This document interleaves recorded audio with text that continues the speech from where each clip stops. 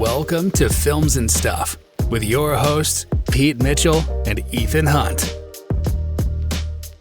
Hey everybody, welcome back to Films and Stuff. I'm Ethan, joined by Pete. What's up, Pete? Not much, buddy. How are you? I'm great. What do we have to talk about today?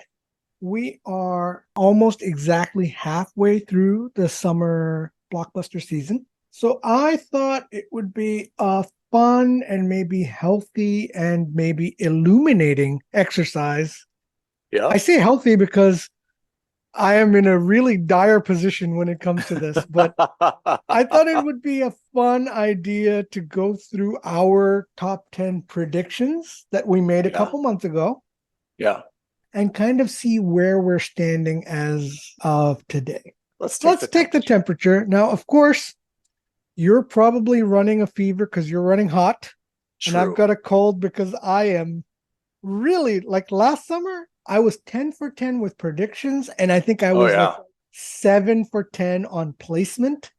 What happened? This summer, I think I'm like 3 for 9 on predictions because, of course, I fudged the list. And I think I'm 0 for 9 on placements. Should we go through the standings as they were right now, 1 through 10? What has generated the most box office cash so far this summer of 2023 as of the first week of July? I think that's a good idea. So we're in the second weekend of July now, but so all numbers are based on 8th of July morning. Mm-hmm. Obviously does not include this weekend, which is fine. Right. At the moment, the number one movie of the summer with a worldwide gross of $840 million, all numbers rounded up, is Guardians of the Galaxy Volume 3. Okay. We then have Fast X with 721 million. Okay. We have Spider-Man Across the Spider-Verse with 617 million. Did not see that coming. The Little Mermaid with 528 million, which I didn't see coming. Did not see that coming whatsoever. Rise of the Beasts at 385 million. That's very low for Transformers. And I guess that's kind of about what I assumed. Yeah. Okay. This is the shocker. The Flash with 249 million. Honestly, this movie was so good. It's really painful to see it at the 6th place. Behind Transformers? Yep. What's wrong? Elemental with 197 million. That's weird. Dial of Destiny with 164 million. Bear in mind, this is the second weekend, so that should hopefully cross 200. Bear in mind also, that 164 is on a budget of 295. Oh, we'll get there. Things are not looking good for the Dial of Destiny. And then number 9, I didn't bother tracking below this because it's so small, was Asteroid City with 34 million. Yep. Which is about right based on its budget and what it is. So we still have, at least according to our predictions, we still have Mission Impossible. We have Barbie. We have Oppenheimer. Yes. We have Gran Turismo. Yes. We have The Meg 2, The Trench, which wasn't on either of our lists, but I don't know why I didn't put it on mine. And then, of course, we have Blue Beetle. All of those may beat Indiana Jones. Let's give out some awards. What is our surprise and our disappointment? Surprise being optimistic surprise, and what is our disappointment award? Let's give those 2 awards first. I think it's fair enough to admit that Spider-Man Across the Spider-Verse is probably the surprise hit of the summer. It wasn't even on your radar, on your list, and it was an alternative on mine. That's true. I have to say, you're absolutely right. It is surprising, but just a little bit more surprising to me is that The Little Mermaid live action pulled in $500 million. I was not expecting that. And what's your number one disappointment? The Flash. Yeah, same. Having seen The Flash, I sincerely think that it is so far the best movie of the summer. So I disagree vehemently with that assessment. Vehemently? Really? Of No, the maybe not summer? vehemently. What's the right word? I wholeheartedly? No. Strenuously? Yeah, strenuously. That's the right word. Vigorously? Vigorously. That's also good. The reason that I'm surprised that it underperformed isn't because I thought that it was a good movie. No, on the contrary, I didn't expect it to be a great movie. I just expected that the allure of Michael Keaton's Batman to have much more international sway. And it just didn't come. It just didn't come. The fact that Transformers had more of a pull than Batman and The Flash did, that's a shocker to me. I want to meet some of those people that went to Transformers, but not The Flash. I really need to meet those people, and I need to understand what is the mindset that Transformers Rise of the Beasts is more compelling movie to you than The Flash. I am struggling to understand that myself because I can't even blame this on Ezra Miller. No. If you looked at this on a scale of 0 to 100, I would suggest that Ezra Miller's legal issues probably only contribute to at most 20% out of 100 as to why this movie has not succeeded. And I'm being generous with 20. I think it's probably less than 10. I think it's also less than 10. I think more of it may be the fact that Ezra Miller doesn't have a lot of brand name recognition. And instead it's, hey, didn't that guy have some legal problems? Yeah. But apart from that, one, I'm not sure why that's ever caused people not to go to a movie. And two, I think his problems, when you break them down, they're kind of repugnant. But I don't think that anyone's able to really like verbalize what he did specifically, right? Let's not relitigate their problems, but I would generally agree with you in the sense that the long story short for this issue is that I don't think that The Flash failed because of Ezra Miller. Why did it fail? That is the $64,000 question. Why? Let's give him 15% of the blame. Where's the other 85%? Is it budget? I don't think so. No, because again, we're talking just gross. We're not talking Right. net. If we're going to start talking net figures, then the most egregious one is probably Fast X, and then a very close second, Indiana Jones. Because Fast X had a budget of $340 million and Indiana Jones had a budget of $300 million. I mean, the potential issue, again, knock on wood, I hope this is not the case. Mission Impossible, budget of $290 million. Which means that you need to make $800 million plus minus to really look at break even. Let's say $700 million for break even. Let's gamify this. Let's go down the list. And you go, then I'll go. And you say whether it's overperformed, underperformed, or met expectations. And then give like a one hot take as to why it's done that. How about that? All right. So number one, Guardians of the Galaxy Volume 3. As you mentioned, it's made $840 million on a budget of $250. What do you think? I think it's performed exactly where it was meant to. Okay. What's your hot take on it? My hot take is that the reason it has made $840 million was because it was the first movie out the gates. Okay. I agree. I think it's performed as expected. My hot take is that it has kept the exact same formula that made number one and number two popular. It hasn't tried to be anything other than consistent with the first two, whether it was as good, better, not as good. I think that's probably in the eye of the beholder, but definitely it didn't really change the formula. Oh, can I also say before we continue, for our international listeners, which I hope is a lot of you. Oh yeah. We are looking really predominantly at Hollywood and at most Western speaking cinema. We're not including foreign language films because if we did, then this top 10 is probably going to have at least one, maybe two more Chinese movies in here. I think there's a couple of Mandarin language movies that have made like $700 million already this summer. Whoa.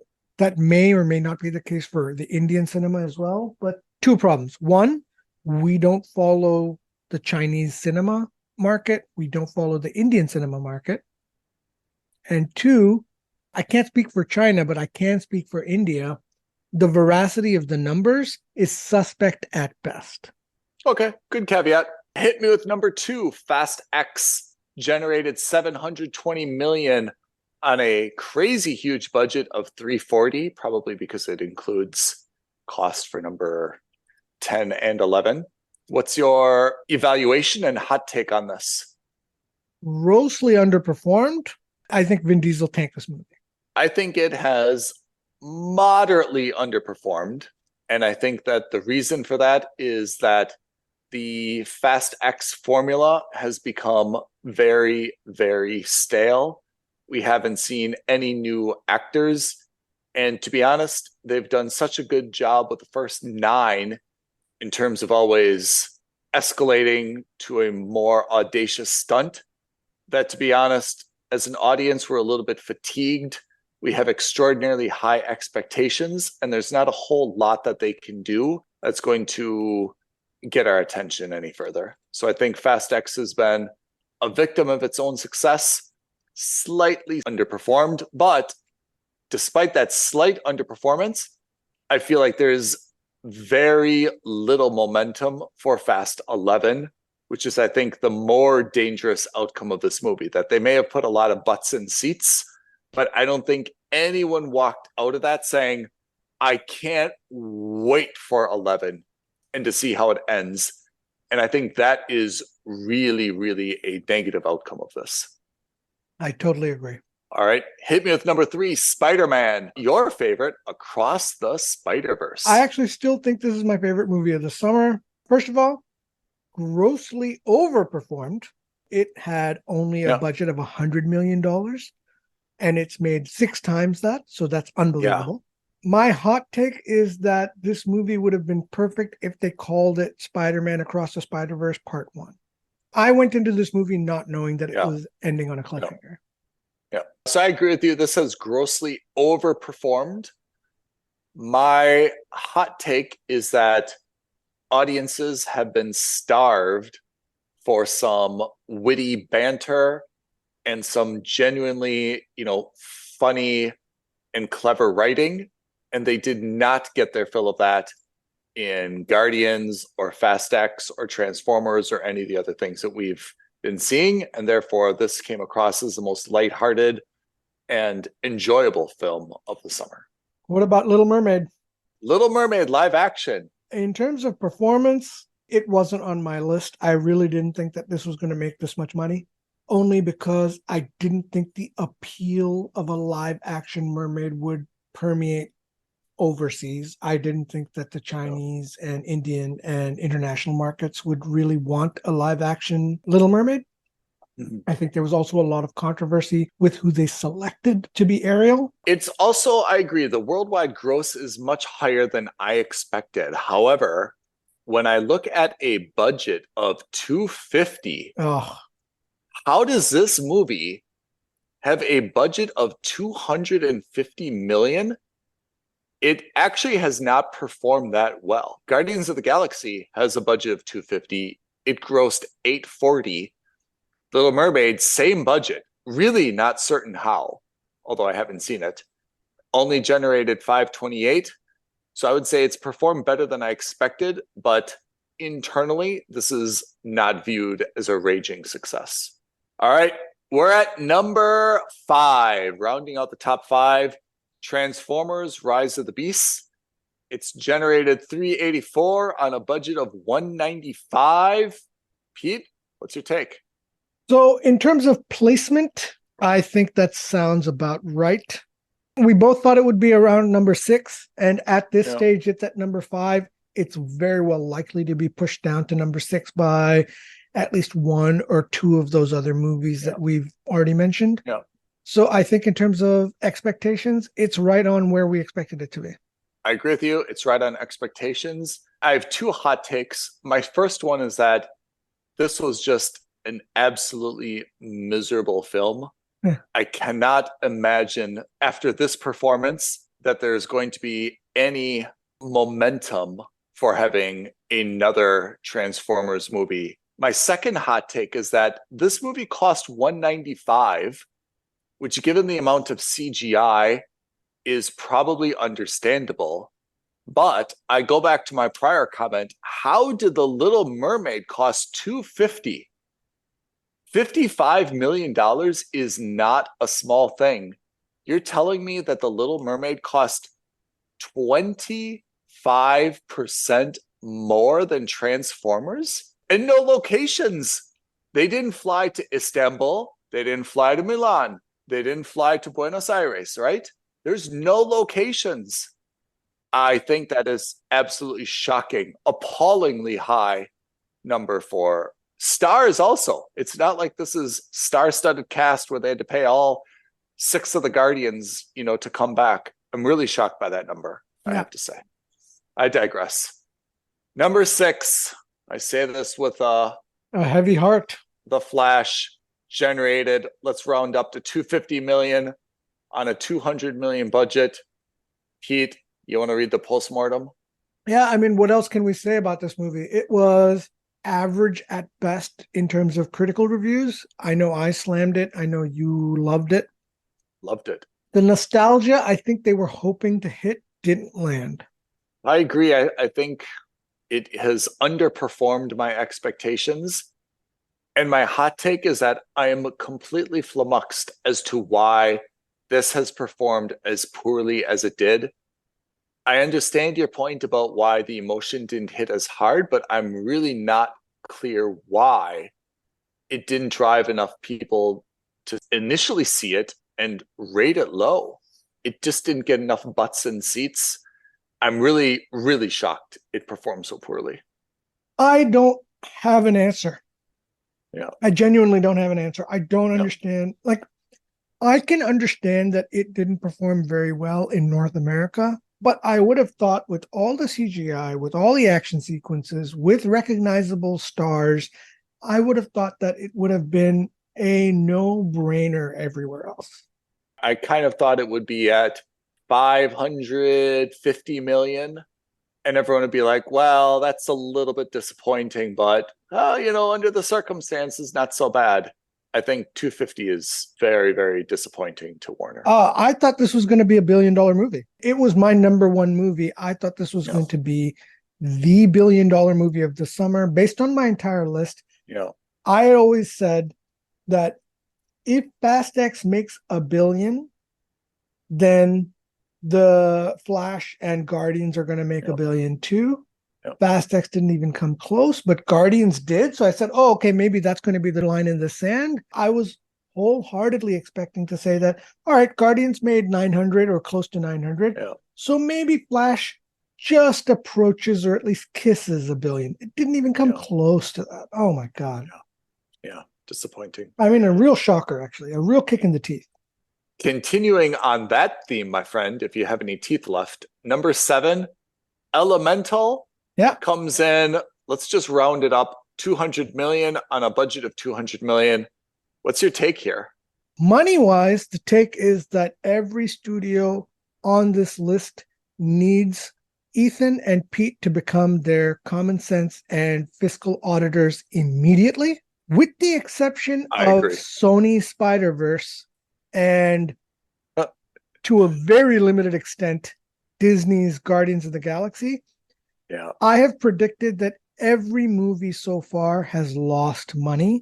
Guardians, by the way, I believe is profitable, but I think that profitability margin is very thin. I think that it's very thin. When it comes to Elemental, in terms of placement, I think it's going to end up close to where we had predicted.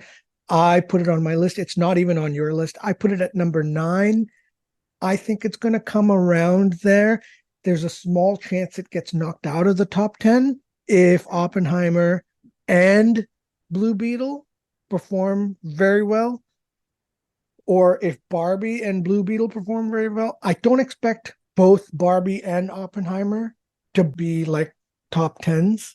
I just don't see it. I'm not saying it's not possible. I just don't see both of them. Yeah. this is going to be a recurring theme for all the movies we talk about, but like this is fiscally absurd what they're doing. This is not just irresponsible, it's almost criminal what they're doing with these movies.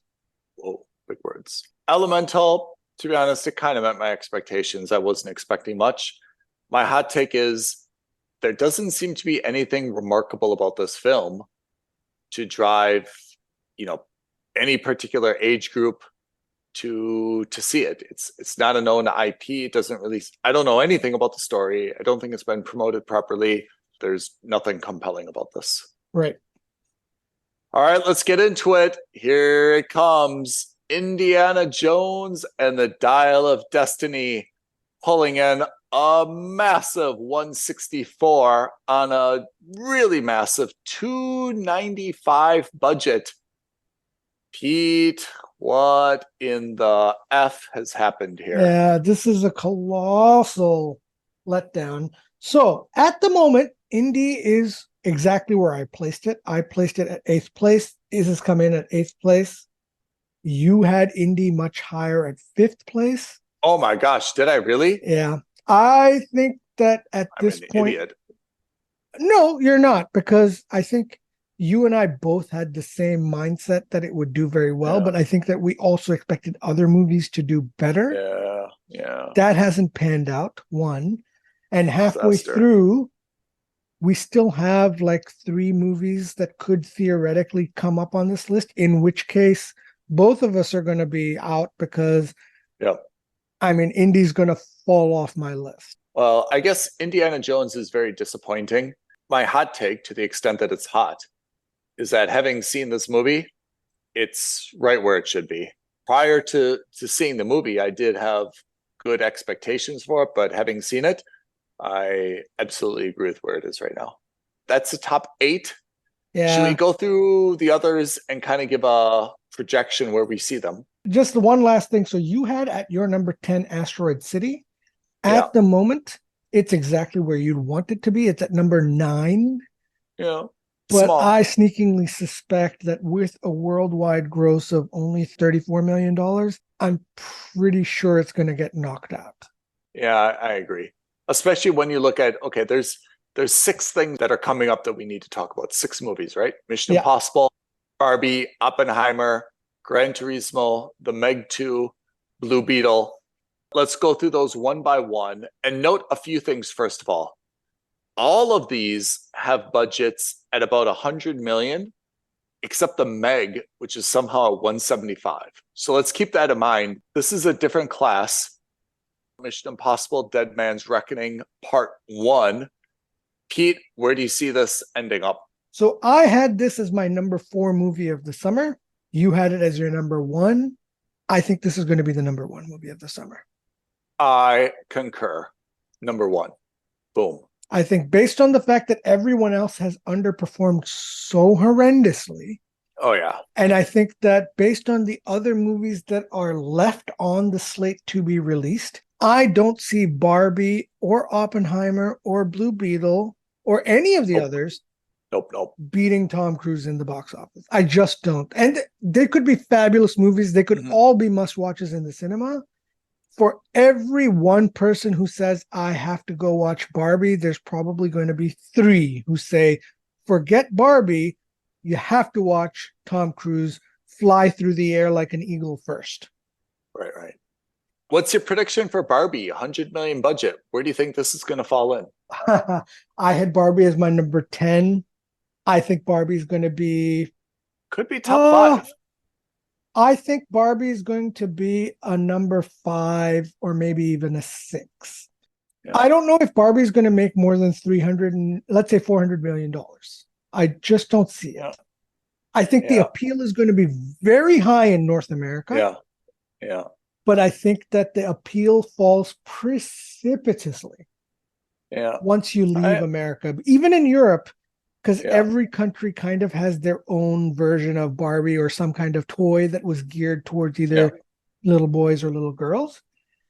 I think Barbie has a very well-known cultural cachet across the world, but in terms of emotional appeal, I think that's limited to North America.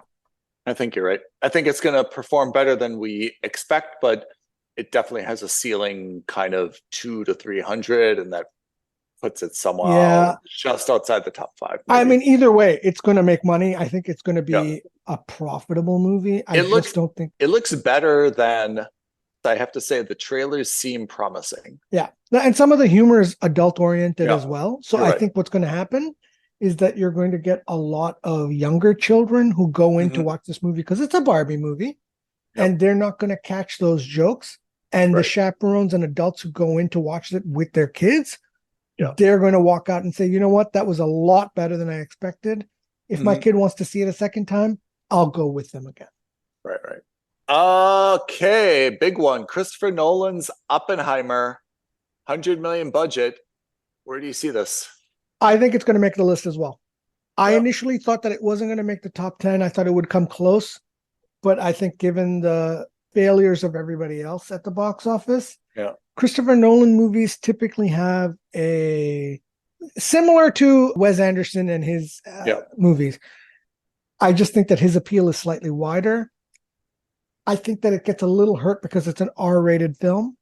So because of that, I imagine your appeal gets a little bit lost in terms of widespread appeal, but I still think that it's going to make the top 10. The one thing holding back Oppenheimer, I think, is that he's not like a household name. There's a new Christopher Nolan movie out. Oh, cool. Which one? Oppenheimer. What is that? Or who is that? Right? Oh, it's the guy who did this, right? The name recognition is not that high, you know? Yeah. I think Barbie, Oppenheimer are going to be kind of battling for that 6, 7 spot, right? I still think Oppenheimer is going to be less than Barbie. I think Barbie, if Barbie is 6, I would imagine Oppenheimer is going to be like an 8 or a 9. I don't see them coming close to Barbie. I think, or I imagine that there's going to be a gulf of at least $50 million. And that purely comes down to the fact that it's an R-rated movie. That's going to cause Christopher Nolan some sleepless nights to know they lost out to a Barbie movie. What about Gran Turismo for you? To be honest, I haven't really seen anything about it, actually. I saw one trailer. Same. So I have to say, for it to really break into the top 10, I need a little bit more buzz. Right now, I haven't really gotten enough to have a sense. I think I put it maybe as top 10, or maybe I put it as an alternate. It's one of your alternates, yeah. You know, barely breaking the top 10 at this point. Jason Statham, The Meg 2. What do you think? I think this is going to be a top 10 movie. And I think it's going to be a top 10 movie because of China. Because the first movie had a strong Chinese presence in the main cast. The first one also had a lot of action sequences that took place off the coast of China. Okay. I have to say, I don't really feel a demand for the Meg 2, but all of these types of movies do generally do relatively well. Yeah, it probably seems like it's going to crack the top 10 for sure. Yeah. And this is the big one. This is the biggest question mark. Blue Beetle. This is the biggest question mark, and not for the reason you'd think. What's the reason I would think? Because it's the first Latin superhero? I would think that the thing against it is that Blue Beetle is not widely known as a superhero. Like, definitely in terms of brand recognition below the Flash, you know? Yeah. But the movie actually looks, from the trailers, it seems to have a lot of that Ant-Man Shazam to 1 it. energy. Yeah, Shazam 1, Ant-Man energy in it. It looks like it could be pretty good, but when I look at how poorly the Flash has performed. So let me counter that with why I think it's actually going to do better than you and I have both placed. So we've both placed this movie at number 7. Yeah. So 2 things. One, the more obvious reason is that it's the first Latin superhero. So I expect there to be a strong Latin push to see this movie.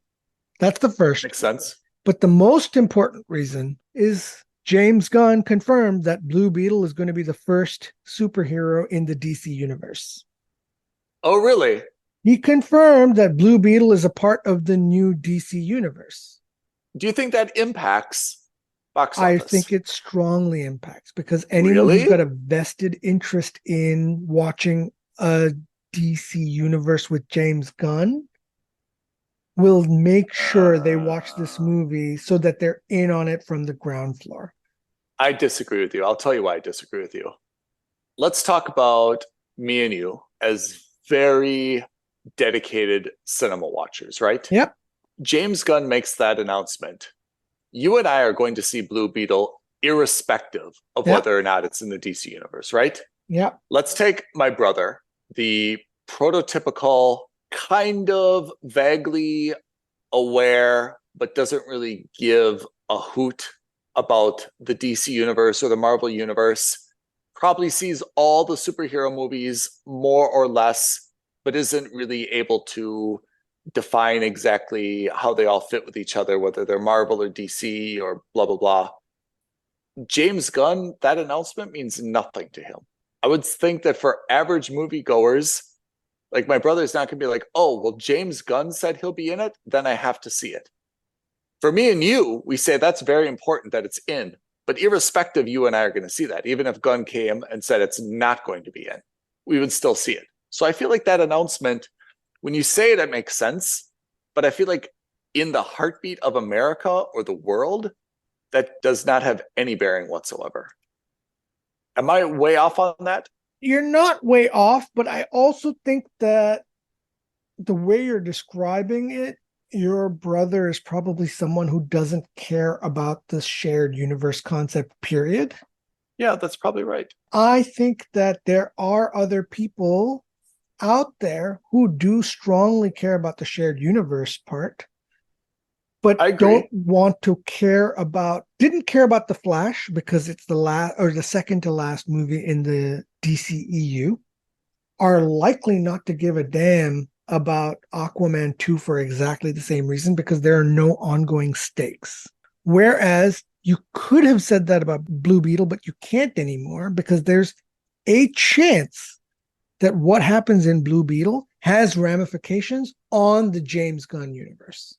And I'm not thinking of your brother. I'm not thinking about, forget it, my sister would never even dream of watching one of these movies. But I'm thinking more, remember, along the lines of Alan from our friends at the Undercast Company. Yeah. Who's a lifelong DC fan. This gives a lot of energy to say, oh, not only do I have to go see this movie, but I have to rally my friends to see this movie too. So that's my feeling. I'm not saying that that's what's going to happen, but I'm just saying I think that by James Gunn publicly saying that the Blue Beetle is the first official character in the new DC universe, it adds a lot of credibility to that character. I don't know, literally and, metaphorically throwing my hands up in the air. So that is not our top 10 list. It is a breakdown of the top 10 box office performers so far this summer. You're probably at like a B, and I'm probably at like a C plus or maybe a B minus at best. And that is not because you've chosen poorly or I've chosen poorly. I think 90% of that grade value is coming because of the fact that the cinema has just underperformed so grossly. It's a very unexpected result from these films. Some of them dramatically unexpected, some of them in a more minor way unexpected. I guess that's kind of the fun of it. Mission Impossible is going to have a huge impact on the top. Barbie, Oppenheimer, The Meg are probably going to impact the bottom 5. I think that's kind of what we're looking at right now. Yeah, I would agree with that assessment. I think you're absolutely right. Blue Beetle, I think, is the biggest question mark. I'm excited for Mission Impossible coming out this week. That will have big, big ramifications for the top of our list. Everything else, one by one, we'll have to wait for it. Barbie coming out in 2 weeks. Oppenheimer in 2 weeks. It's going to be, still got a lot of time in the summer yet. Yeah. What do you think of our top 10 list? More importantly, where do you think these movies are going to rank? Where do you see Mission Impossible coming in? Where do you see Oppenheimer coming in? Where do you see Barbie coming in? Are you as shocked as we are that The Flash plummeted so fast down this list? Reach out to us. Let us know. You can tweet at us at FNS Podcast. You can DM us on Instagram at Films and Stuff Podcast. You can email us aloha@filmsandstuffpodcast.com. But as always, the best and easiest thing to do is to like this video, subscribe to our channel, and leave a comment. We'll get back to you immediately. And I guess soon we'll have a Threads account as well. That's right. We're going to have a Threads account too as soon as they kind of sort themselves out. Lawsuit from Elon Musk notwithstanding. Indeed. In any case, thank you, Ethan. Pete, always a pleasure. I love going through top 10 lists at the beginning of the summer, now at the middle of the summer, and we will definitely do it once more at the end of the summer. That's right. All right, everyone. Thanks for tuning in. Have a great day ahead and a great week ahead. Thanks, everyone. Bye now. Thank you for listening to another episode of Films and Stuff. If you haven't already, please subscribe and review on Apple Podcasts, Spotify, or wherever podcasts are downloaded. Films and Stuff. There is no substitute.